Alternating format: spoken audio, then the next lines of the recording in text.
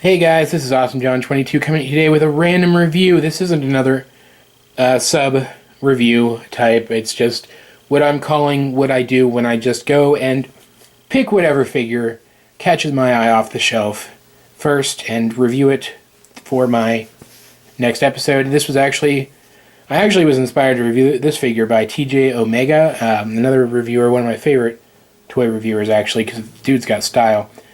He did a random review, which is actually part of a series called Random Reviews on his channel of this guy, and just got me wanting to play with him again. So I've been playing around with him, and I just couldn't help it because he is just very, very cool. One of my favorite old school characters, Warpath. One of my favorite old school figures. I actually have the mini-bot Warpath somewhere around here. I've been trying to find him, and yeah, really love this guy. So let's go ahead and take a look at him in his vehicle mode through the magic of jump cuts. And here we have Warpath in his vehicle mode, and it looks great. It could roll a little better because these two sections don't quite line up parallel with each other.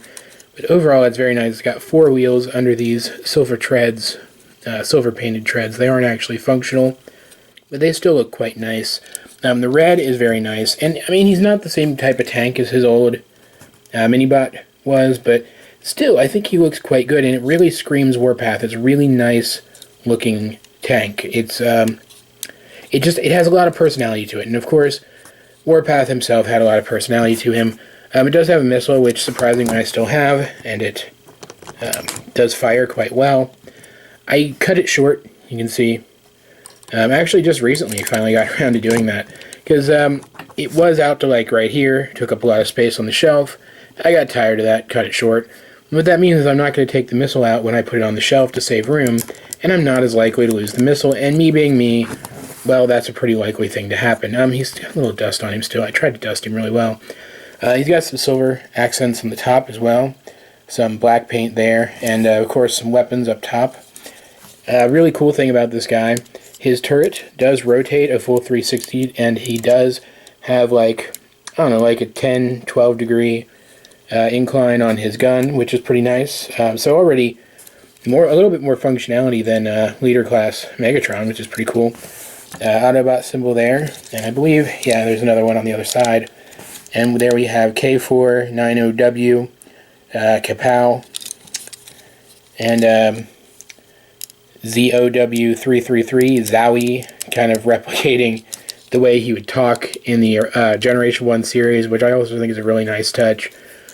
Warpath, I actually have the mini-bot, Warpath, somewhere.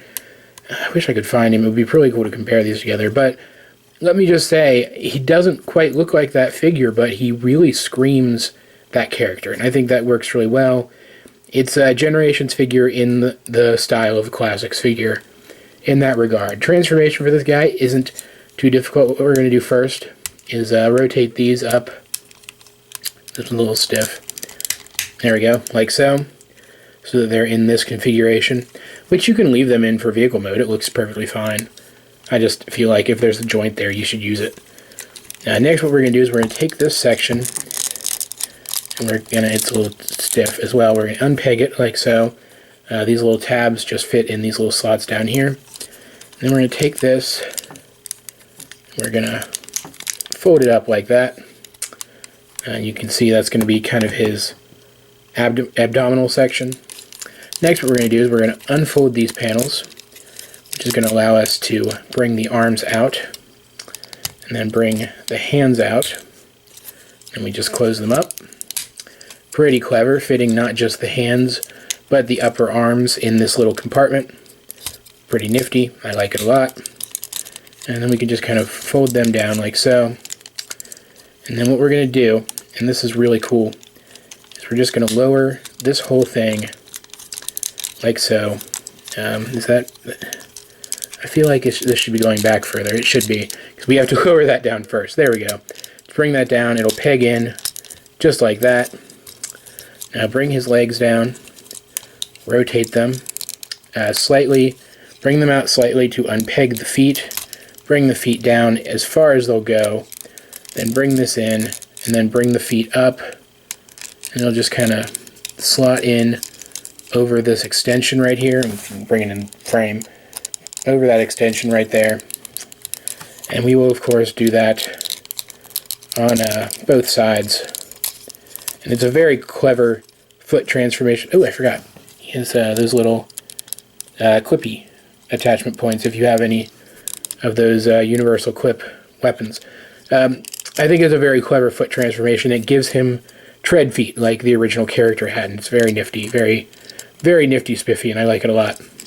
Bring his arms back down now. And bring the camera up a bit, because this is the coolest part by far. If it'll work, come on.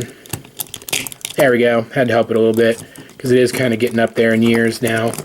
But you bring the gun barrel back and reveal the head, and now he has the gun in his chest, just like the original figure did. Very, very cool. And in this mode, he looks a lot more like the Generation 1 Warpath toy than he did in vehicle mode. Still not spot on. He still isn't quite exactly the same, but he looks good, and he looks like he really invokes the character in this mode. We have some more paint applications which reveal themselves in this mode. Some silver on his shoulders and some gold striping right in there. Some gold on his plug that back in because it came loose. There we go. Some gold here on his waist. Some black here. Of course, he has the silver treads still on his arms and his feet, and the writing ends up on his lower legs. Articulation is very nice. Pretty much a full range of motion per what you would expect in the legs, and his feet keep coming loose, which is bugging me. Full range of motion, what you would expect in his arms. Like so. Nothing in the wrists, nothing in the waist, and no up and down movement in the head, not even on the transformation joint, because this holds it up into place, but still really nice. And speaking of his head, I love his face sculpt. It looks very, very nice. Just a very, very cool figure. One of my favorite figures from the entire Generations line ever. I just absolutely love it. As this guy is basically a walking weapon, there's no additional weapons or accessories to talk about. And I guess I could bring in a figure for comparison. Let's see what I've got on hand. Here he is next to a modern Legends figure, Legends Cosmos, who I do plan on doing a mini review of shortly, which is why he's here. Otherwise, there's not really much more to talk about with this figure, so the review's pretty much over. If you enjoyed it, if you didn't, either way, please help me out, like and subscribe. Leave a comment down below if you feel so inclined. In the description down below, you'll find links to all the other things I'm working on, including a link to my brand new collections list, which is, a much better format to update it regularly, so regular updates will be a thing now. Please check that out. If you see anything in it that you'd like me to review, let me know and I will see what I can do. This has been Awesome John 22, and I will talk to you guys later.